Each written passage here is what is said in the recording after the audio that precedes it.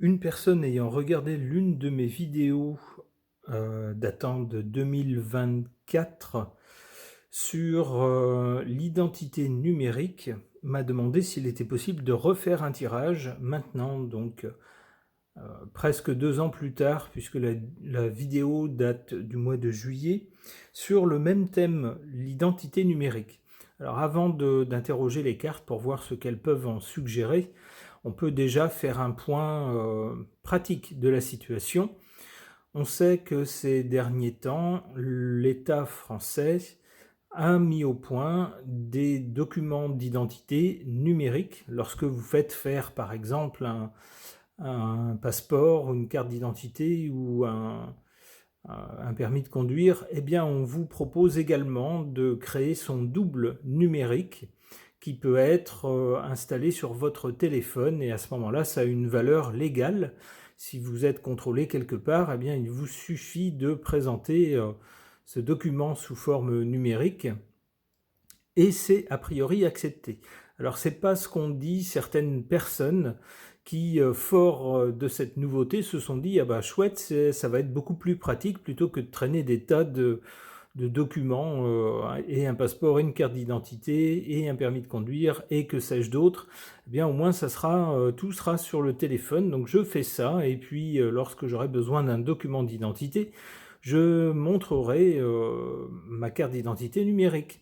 C'est ce qu'ont tenté de faire ces personnes, mais là où elles l'ont fait, alors je crois que c'était dans des commerces, on leur a dit ben non, les personnes étaient un peu embêtées en disant bah oui, c'est un document qui a priori a valeur légale parce que c'est bien un document même numérique qui émane de l'État français, mais nous on ne l'accepte pas comme ça.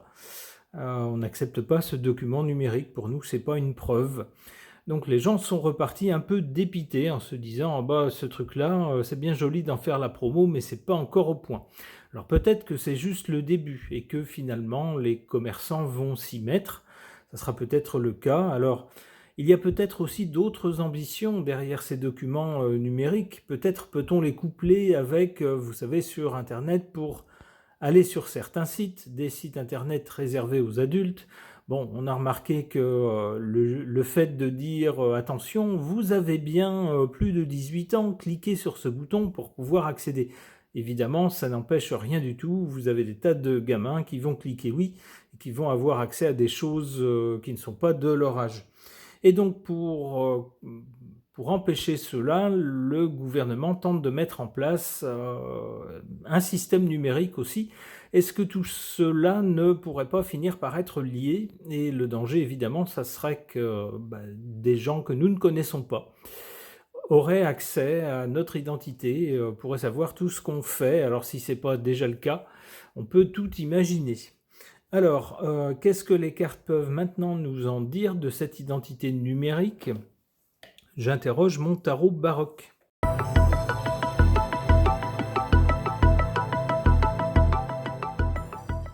Voilà des cartes très parlantes sur le sujet, en particulier la carte centrale. C'est la carte du diable. Bon, eh bien, ça semblerait apporter un peu de crédit aux craintes de tous ceux qui se disent « Attention, cette identité numérique, c'est plus un document qu'on a dans notre poche, qu'on a fait faire, mais c'est un truc dématérialisé, donc Dieu sait qu'il peut y avoir accès, éventuellement peut-être même hacker les données, pour qu'on apprenne des journées plus tard que des gens ont utilisé notre identité pour faire telle ou telle chose. Ça serait pas très agréable, donc ça pourrait être ça. Le diable nous parle aussi de séduire. Séduire pour amener les gens à faire quelque chose, et puis une fois qu'ils l'ont fait, ils s'aperçoivent qu'ils se sont fait avoir. Donc le diable, ça pourrait être ça pourrait être le battage qui est fait pour dire aux gens, mais allez-y avec les documents dématérialisés, les documents numériques, votre passeport numérique ou votre carte d'identité numérique. Alors j'ai vu que bientôt la carte grise aussi aura ce format numérique. On dit aux gens, mais c'est beaucoup plus pratique, vous avez tout sur votre téléphone, vous n'avez pas à traîner des tas de trucs. Alors beaucoup de gens se disent, ah oui, effectivement, ouais, c'est bien plus pratique. Mais si ils perdent l'accès, alors je sais pas, leur téléphone tombe en panne par exemple, ou si Si les données sont piratées, par exemple, eh bien, que fait-on? C'est là qu'on voit un problème. Donc c'est ce que je verrai avec cette carte du diable. À l'origine, avec le battleur, on voit l'initiative, des idées. On fourmille d'idées, on se dit mais qu'est-ce qu'on pourrait faire pour rendre la vie plus simple, plus pratique. Et puis dans un monde où de plus en plus de choses se numérisent, de services se numérisent, c'est parfois un peu compliqué d'aller chercher le passeport ou la carte d'identité, de la numériser d'un côté, de l'autre, de faire un montage pour ne faire qu'un seul document, et puis de le charger sur un téléphone ou sur un ordinateur pour l'envoyer je ne sais où. Bon, c'est des tas de manipulations qui peuvent être pénibles. On se dit là, avec le document numérisé déjà, ou sous forme numérique, c'est beaucoup plus pratique, c'est beaucoup plus simple. C'est sans doute l'idée de départ avec le battleur. Le battleur, il a plein d'idées, il est très enthousiaste, il se lance avec énergie, mais il n'a pas de recul. Il n'envisage pas les conséquences ou les problèmes potentiels. Donc on voit pour le présent avec le diable, on voit que c'est là qu'il pourrait y avoir des soucis. Du côté de l'avenir, avec l'impératrice, on nous parle de communication et d'organisation. On peut parier que de plus en plus, on va nous pousser à utiliser la forme numérique de nos documents, alors d'identité maintenant, et demain même la carte grise ou peut-être d'autres documents, que sais-je. L'impératrice va dans ce sens.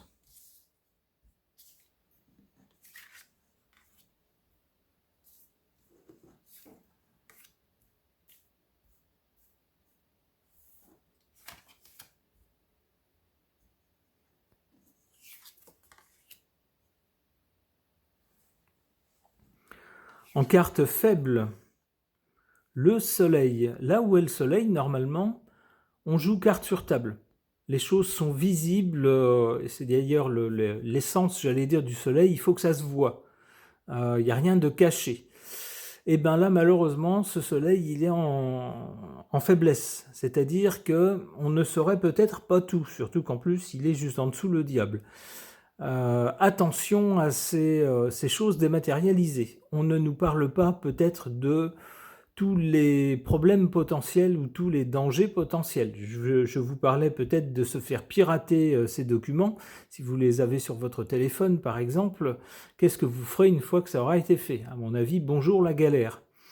Ça peut être ça peut être aussi des utilisations qui seront faites de ces données, vos données d'identité, par justement, on ne sait pas qui. On ne sait pas où ça sera stocké, on ne sait pas qui y aura accès, on ne sait pas ce que les gens qui auront accès auront le droit de faire ou pas, d'exploiter ou pas de ces données numériques.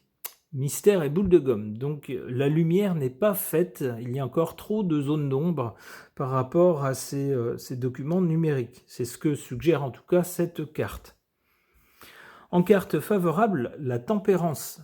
Cette carte tendrait à nous dire essayez peut-être avec un double numérique pour voir ce que ça donne, mais ne renoncez pas à votre document papier ou votre document plastifié, le vrai objet si j'ose dire. Parce que si vous avez un problème justement avec le document numérique, eh ben vous n'aurez pas tout perdu, vous aurez quand même votre document sous la main, votre objet sous la main que vous pourrez utiliser ou avec lequel vous pourrez dire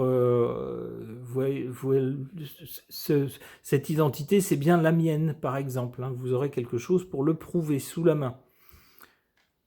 Donc la tempérance, c'est-à-dire ne nous emballons pas, ne passons pas tout de suite au tout numérique, c'est ce que semble nous dire cette carte.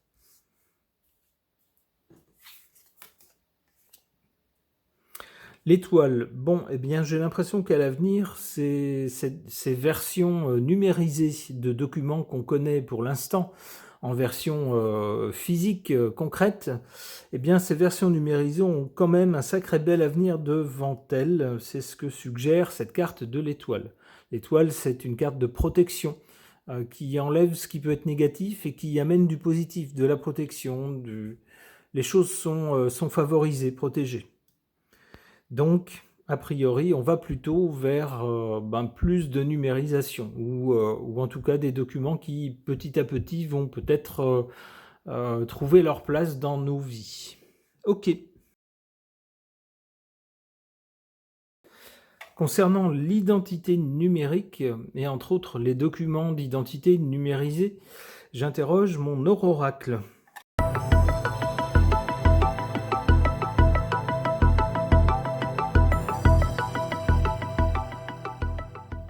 Alors, avant de commencer à interpréter ces cartes, il y a une chose dont je n'ai pas parlé en présentation concernant l'identité numérique, c'est aussi ce profil que propose l'État français à tous les internautes. Il propose de se créer une sorte de profil avec un numéro d'identification qui vaut pour, grosso modo, pour tous les services publics, plutôt que d'avoir un profil différent dans chaque service, un pour la sécurité sociale, un autre pour les impôts, un autre pour ceci, un autre pour cela. Ils ont proposé il y a déjà quelques temps, maintenant c'est quelque chose qui a l'air d'être bien établi, une identité numérique qui vaut pour tous les services. Donc là encore, on nous vante le côté pratique, simple. Une fois que vous avez créé ça, c'est valable partout. C'est valable pour vos impôts, c'est valable pour les services de santé, c'est valable pour autre chose aussi. Donc on vous dit, allez-y, c'est tellement plus simple, c'est tellement plus pratique. Oui, alors ce qu'on ne nous dit pas, c'est que si jamais on se fait voler, pirater ces identifiants, par exemple, cette identité-là, ça ouvre la porte de nos comptes dans tous ces services à quelqu'un d'autre.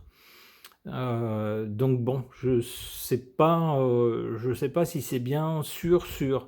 Surtout que ces derniers temps, il y a eu beaucoup de vols de données, beaucoup de piratage de données, y compris dans des choses liées à l'État. Bon, alors, voilà, parenthèse refermée. Revenons aux cartes maintenant. Qu'est-ce qu'elles peuvent nous suggérer, ces cartes, au sujet de l'identité numérique? On a d'abord ici, à l'origine, du côté de l'origine, cette carte des loisirs et des divertissements. Alors, avant que ce principe d'identité numérique soit, comme il l'est maintenant, médiatisé, discuté, avec des tentatives de mise en place, on a vu dans le passé, effectivement, alors pas en France à ma connaissance, mais en Espagne et en Suède, des tentatives d'injecter, alors c'était bien sûr à la demande des personnes, c'était pas fait contre leur gré, certainement pas, ça leur était proposé.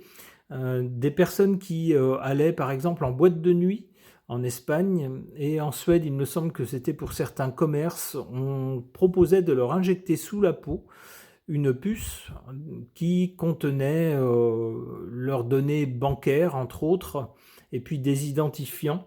Et ensuite, lorsqu'ils se rendaient dans les établissements concernés, donc boîte de nuit en Espagne et puis commerce en Suède, à l'entrée, il y avait une espèce de portique de détection ou je ne sais quoi, un système de détection qui détectait leur puce et puis donc qui débitait directement leur compte bancaire.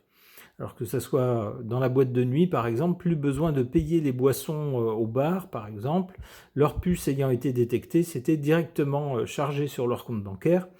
Et puis pour les commerces en Suède, même chose, plus besoin de longues files d'attente aux caisses, tout était directement débité sur le compte. Donc c'était plutôt orienté loisir, divertissement.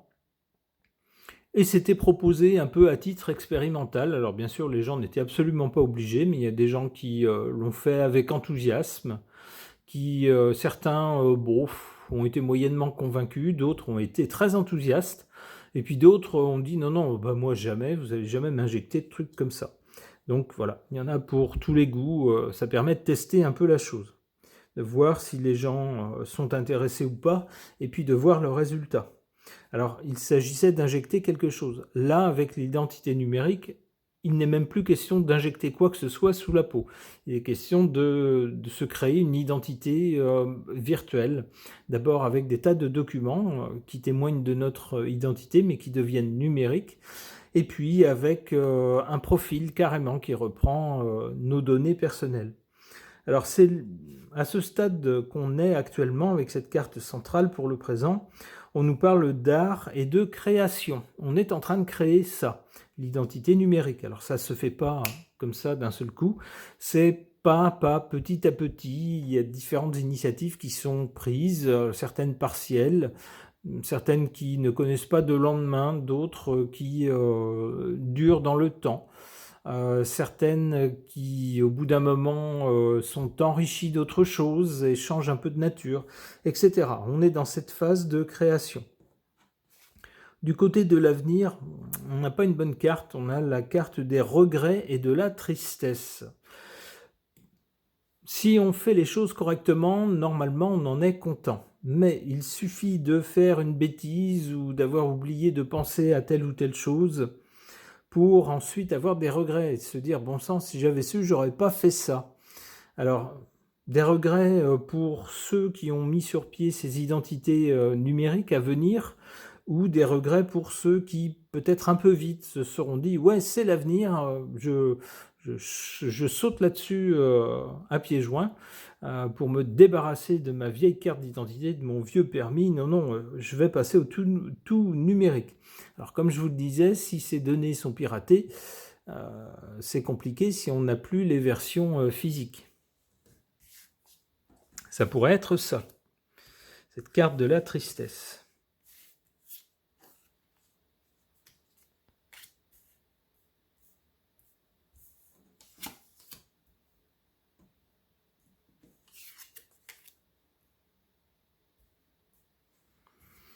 En carte favorable pour cette identité numérique, cette carte de l'argent, de la richesse. Avec ces identités numériques, on va pouvoir sans doute s'identifier beaucoup plus facilement partout où il y aura des transactions en ligne pour ceux qui achètent des choses sur Internet, et même peut-être demain chez les commerçants, ou pour aller retirer un colis ou n'importe quoi. Si vous devez prouver votre identité, eh bien vous aurez tout sur votre téléphone. Ça prendra quelques secondes.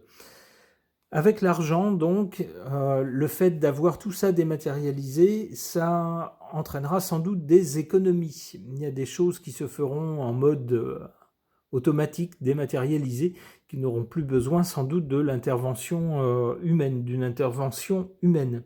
Ça pourrait être ça. Alors ça pourrait nous dire aussi, cette carte, que l'identité numérique va peut-être permettre certaines transactions qui maintenant sont beaucoup plus fastidieuses, plus compliquées, il faut faire des tas de manipulations. Eh bien là, ça sera peut-être beaucoup plus simple. Alors, on sait que l'être humain, c'est dans sa logique naturelle d'aller vers les choses les plus faciles, de ne pas s'embêter avec des choses inutilement compliquées. Lorsqu'il a la possibilité de faire les choses plus facilement, souvent il opte pour cela.